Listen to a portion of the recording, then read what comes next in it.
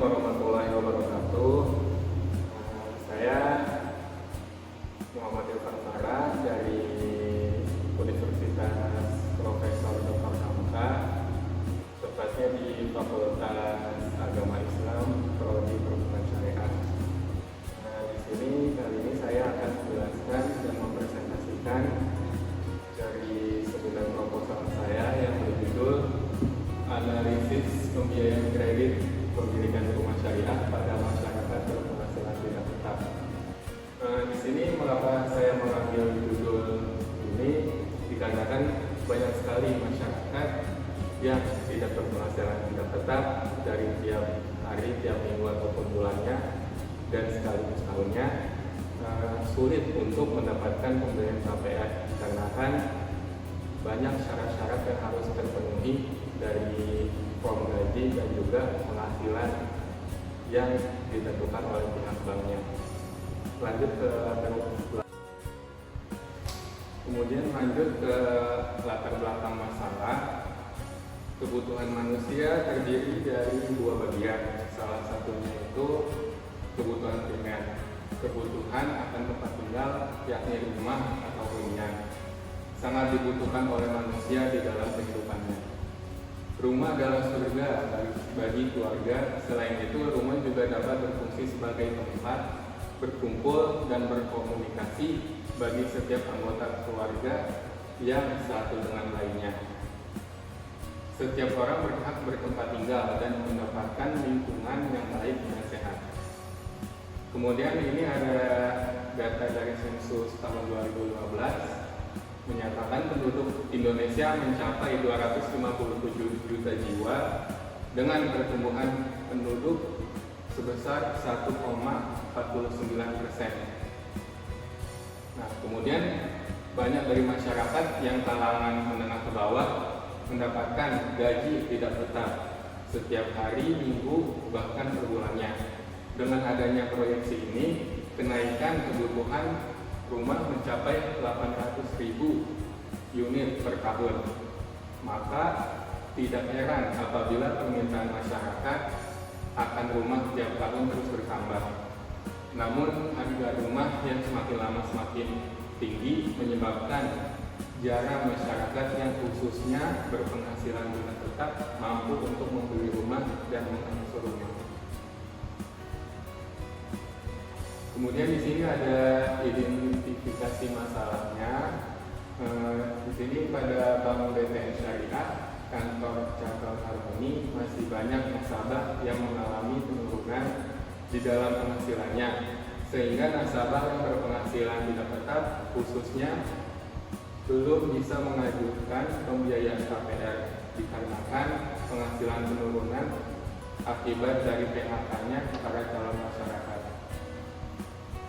Kemudian yang kedua adalah teori mengatakan bahwa masyarakat yang berpenghasilan tidak tetap tidak bisa mengajukan pembiayaan KPR dan masih ditolak oleh bank dikarenakan penghasilan yang kecil dan tidak stabil. Sedangkan dilihat dari data bahwa pendapatan nasabah tidak signifikan atau tidak sesuai dengan perhitungan NPS BTN Syariah. Lanjut, di sini ada pembatasan masalah dan rumusan masalah.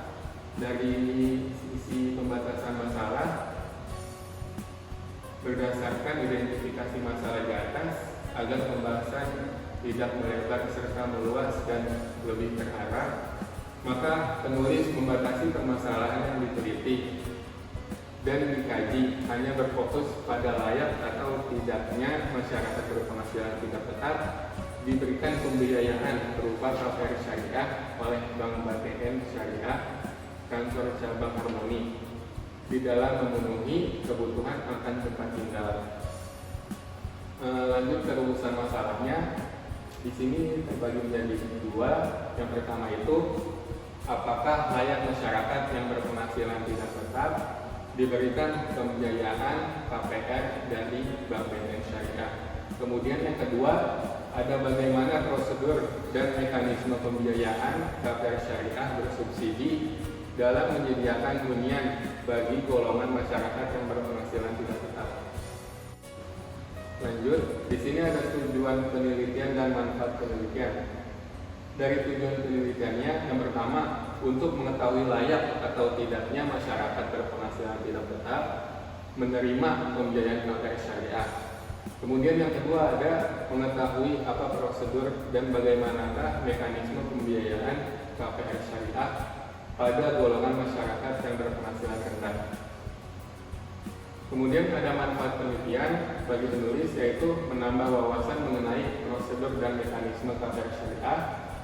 Kemudian yang kedua, untuk bank syariah sebagai bahan pertimbangan agar bisa membuat kebijakan yang dapat mempermudah masyarakat berpenghasilan tidak tetap bisa memenuhi akan kebutuhan tempat tinggalnya. Lanjut, di sini ada penelitian terdahulu. Penelitian yang pertama itu atas nama Anugrah Safitri dengan judul Analisis Pembiayaan KPR Syariah terhadap Nasabah Berpenghasilan Rendah tahun 2018. Persamaan dengan penelitian saya yaitu pada variabel dalam penelitian ini memiliki persamaan dengan variabel penulis, yaitu tentang menganalisis masyarakat dari segi penghasilan untuk permohonan pembiayaan KPR. Kemudian dari segi perbedaannya, pada penelitian ini hanya ada penetapan minimal penghasilan pemohon untuk pembiayaan KPR, sedangkan penelitian penulis bermaksud untuk meneliti layak atau tidaknya masyarakat berpenghasilan tidak tetap diberi pembiayaan berupa KPR. Kemudian judul yang kedua itu dengan nama Anis Khairunisa, judulnya Efektivitas Penyaluran Pembiayaan KPR Syariah Bersubsidi BTN Syariah bagi Masyarakat Berpenghasilan Rendah tahun 2016. Dari segi persamaan pada penelitian penulis, ini memiliki persamaan dengan penelitian penulis tentang bank syariah di dalam menganalisis masyarakat berpenghasilan rendah atau tidak tetap untuk diberi pembiayaan KPR syariah. Kemudian dari segi perbedaannya, pada penelitian ini hanya ada penetapan minimal penghasilan pemohon untuk pembiayaan KPR, sedangkan penelitian penulis bermaksud meneliti layak atau tidaknya masyarakat berpenghasilan tidak tetap diberi pengkreditan perumahan. Kemudian selanjutnya ada penelitian yang ketiga itu atas nama Sugiyawati dengan judul Analisis Kepemilikan Rumah KPR dengan akad pembiayaan murabahah di BNI Syariah cabang Medan tahun 2009. Dari persamaannya itu, pada variabel penelitian ini mempunyai persamaan, yaitu fungsi bank syariah sebagai lembaga keuangan yang menyalurkan dana kepada masyarakat dengan tujuan untuk memberikan kebutuhan primer masyarakat berupa tempat tinggal melalui produk pembiayaan KPR syariah. Kemudian yang dari segi perbedaannya itu, pada penelitian variabel ini mencakup tentang tahapan-tahapan di dalam memberikan pembiayaan KPR syariah kepada masyarakat melalui akad murabahah, sedangkan penelitian penulis bertujuan untuk mengetahui layak atau tidaknya masyarakat berpenghasilan tidak tetap diberi pembiayaan kredit oleh bank syariah. Kemudian ada penelitian yang keempat atas nama Syahri Fitrah dengan judul Analisis Permintaan Nasabah terhadap KPR Syariah. Dari segi persamaannya itu, pada variabel penelitian ini memiliki persamaan dengan variabel penulis, yaitu tentang menganalisis masyarakat atau nasabah di dalam pembiayaan KPR Syariah. Kemudian dari segi perbedaannya itu, penelitian penulis menjelaskan tentang tujuan untuk mengetahui layak atau tidaknya masyarakat berpenghasilan tidak tetap diberi pembiayaan KPR syariah. Namun dari penelitian sebelumnya menjelaskan tentang permintaan masyarakat di dalam pembiayaan. Lanjut ke penelitian yang terdahulu yang kelima, yaitu atas nama Muhammad Haikal dengan judul Analisis Tingkat Pemahaman KPR Syariah pada Bank Syariah di Indonesia tahun 2014. Persamaannya itu pada variabel dalam penelitian ini memiliki persamaan dengan variabel penulis, yakni mengenai analisis produk syariah berupa KPR terhadap masyarakat. Kemudian dari segi perbedaannya itu dengan penelitian penulis, pada penelitian variabel ini mencakup tentang informasi mengenai dari produk KPR syariah, sedangkan penelitian penulis bertujuan untuk mengetahui layak atau tidaknya masyarakat berpenghasilan tidak tetap diberi pembiayaan berupa KPR.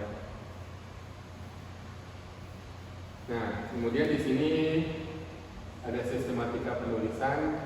Yang pertama itu dari bab 1 adalah latar belakang penelitian, yang kedua identifikasi masalah, yang ketiga itu pembatasan masalah, yang keempat rumusan masalah, dan yang kelima tujuan dan manfaat penelitian. Kemudian bab kedua adalah landasan teori berisi tentang bank syariah, teori pembiayaan, dan kredit kepemilikan rumah.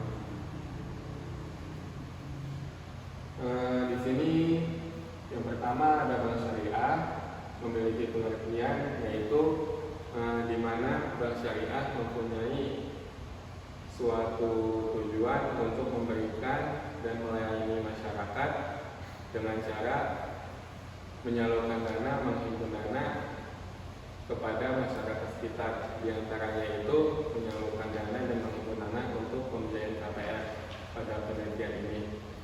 Kemudian dari prinsip-prinsip bank syariah, prinsip-prinsip bank syariah itu pertama itu tidak mengambil keuntungan melebihi batasnya atau yang disebut juga dengan riba.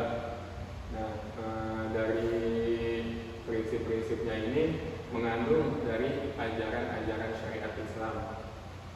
Kemudian dasar-dasar hukum bank syariah melalui Al-Quran dan Hadis, di mana dasar hukum bank syariah itu tidak mengandung riba dan juga mengandung bagi hasil.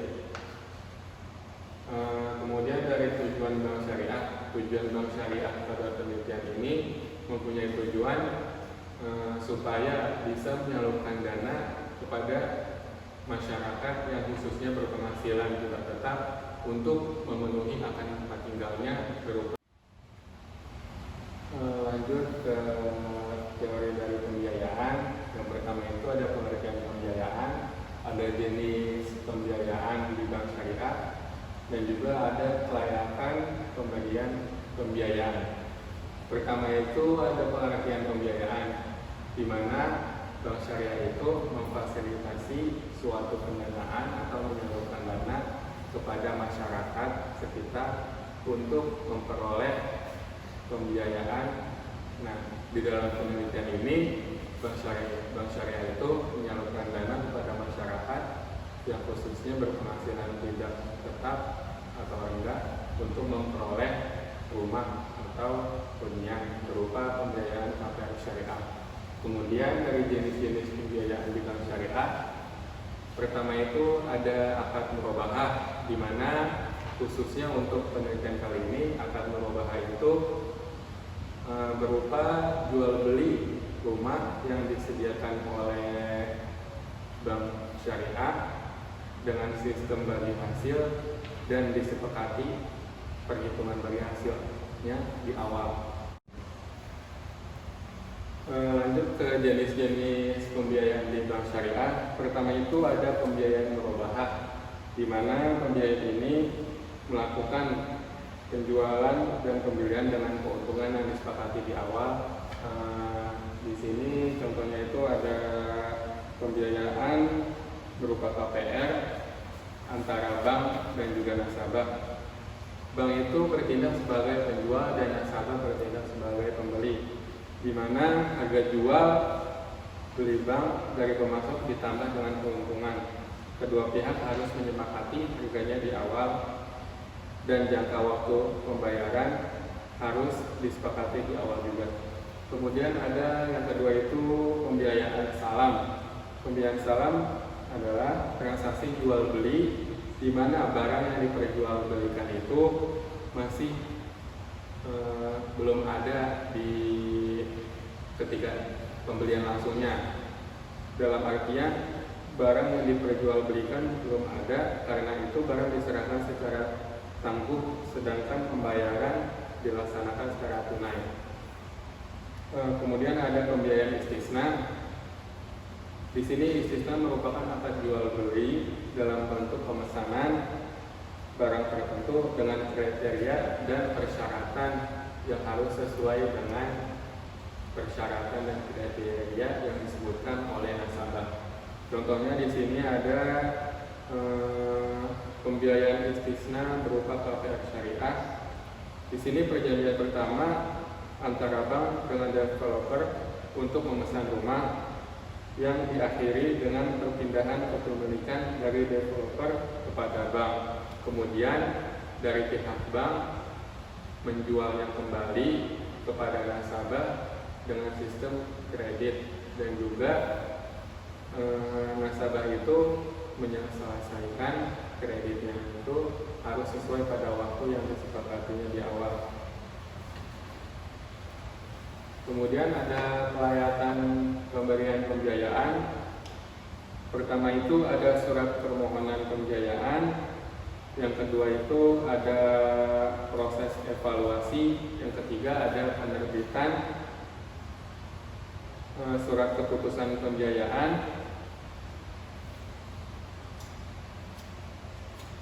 Kemudian yang keempat itu ada penandatanganan akad pembiayaan dan pengikat jaminan.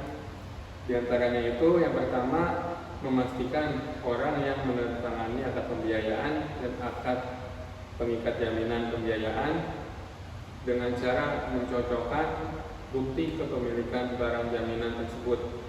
Yang kedua itu memastikan bahwa orang yang menandatangani akad pembiayaan dan akte pengikat jaminan dengan cara berjabat tangan dengan pihak bank yang datang ke lokasi nasabah. Kemudian yang ketiga itu ada dokumen-dokumen dibuat dan juga harus ditandatangani oleh pihak nasabah dan juga pihak bank.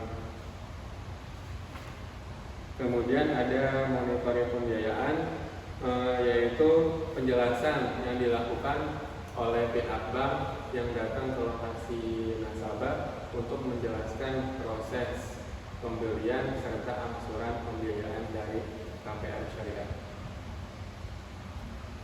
Lanjut, di sini ada KPR, di antaranya itu terdiri dari definisi KPR. Yang kedua itu KPR subsidi dan non subsidi. Yang ketiga ada KPR syariah. Yang keempat proses KPR, dan kelima persyaratan KPR. Dari definisi KPR itu, KPR merupakan suatu fasilitas kredit yang diberikan oleh nasabah dari pihak bank melalui akad jual beli atau akad sewa menyewa disertakan dengan prinsip bagi hasil ataupun prinsip bunga. Kemudian di sini ada KPR subsidi dan KPR non subsidi. KPR subsidi itu merupakan suatu penyaluran dana yang diberikan oleh pemerintah kepada masyarakat, khususnya masyarakat yang berpenghasilan rendah atau tidak tetap, untuk memenuhi akan tempat tinggalnya berupa rumah. Kemudian ada KPR non subsidi. KPR non subsidi itu penyaluran dana yang dilakukan oleh pihak bank kepada masyarakat berupa apartemen, ruko, dan juga perumahan untuk ditinggali, tetapi tidak ada sangkut pautnya dengan pemerintah. Kemudian ada KPR syariah. Dari segi pengertiannya, KPR syariah itu adalah suatu penyaluran dana yang diberikan oleh pihak bank maupun pemerintah untuk menyalurkan dananya kepada masyarakat dengan prinsip bagi hasil dan juga sesuai dengan aturan syariat Islam. Di mana akad-akadnya itu yang pertama itu ada akad murabahah jual beli, yang kemudian ada akad salam jual beli tetapi barangnya belum ada di tempat, dan yang ketiga itu ada akad istisna yaitu pemesanan suatu barang. Kemudian ada proses KPR. Di sini proses KPR dari Bank BTN Syariah, pertama itu dari pihak nasabah mendatangi ke Bank BTN Syariah untuk mengajukan pembiayaan berupa KPR dan kemudian membawa surat-surat atau perlengkapan untuk mengajukan pembiayaan tersebut. Lalu pihak bank mengoreksi dan memeriksa surat-surat atau dokumen-dokumen yang dibawa oleh pihak nasabah. Kemudian dari situ pihak bank baru bisa menganalisis apakah nasabah yang mengajukan pembiayaan KPR ini bisa untuk dananya cair untuk memiliki rumah. Nah, kemudian di sini ada persyaratan KPR. Persyaratan KPR itu tentunya terdiri dari persyaratan-persyaratan yang tadi disebutkan. Contohnya itu pertama KTP, yang kedua itu NPWP, yang ketiga SIM, yang keempat from gaji, dan yang kelima ketika nasabahnya sudah menikah harus mencantumkan buku nikah dan juga akte pernikahan. Lalu di sini ada bab 3, metodologi penelitian. Bab ini menjelaskan tentang metode yang digunakan dalam penulisan seminar proposal. Ini ada variabel penelitian, jenis dan sumber data, metode pengumpulan data, dan metode analisis yang digunakan untuk memberikan jawaban terhadap permasalahan yang menjadi objek kajian. Lanjut. Yang pertama itu ada ruang lingkup penelitian. Ruang lingkup dalam penelitian ini adalah menganalisis seberapa layak atau tidaknya masyarakat berpenghasilan tidak tetap mendapatkan pembiayaan kredit pemilikan rumah syariah dari bank syariah. Kemudian dari jenis penelitian ini berupa penelitian kualitatif. Peneliti melakukan penelitian dalam skala kecil, kelompok yang memiliki kekhususan, keunggulan, inovasi, atau bisa juga bermasalah. Kelompok yang diteliti merupakan satuan sosial budaya yang bersifat alamiah dan saling berinteraksi secara individual ataupun kelompok.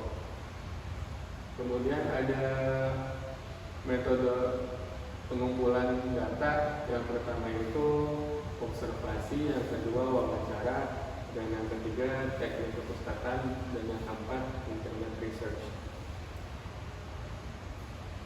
Kemudian dari metode pengolahan data, yang pertama itu dokumentasi, wawancara via WhatsApp, dan yang ketiga menggunakan alat bantu Microsoft Office. Yang D ada metode analisis data. Yang pertama itu redukasi data, kedua model data, yang ketiga penarikan atau verifikasi kesimpulan. Demikian presentasi dari seminar proposal saya kali ini. Kurang lebihnya mohon maaf. Wassalamualaikum warahmatullahi wabarakatuh.